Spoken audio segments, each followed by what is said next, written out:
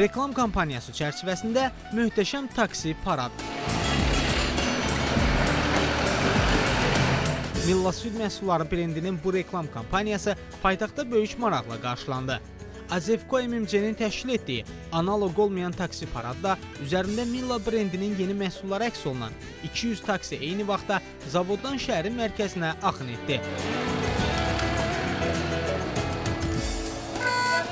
Taksi paradının təşkil olunmasında əsas məqsəd yeni Milla çeşidlərini alıcılara yaxından tanıtmaq idi. Qeyd edək ki, Milla brendi Azərbaycan süd və süd məhsulları bazarına 2011-ci ilin oktyabrında daxil olub.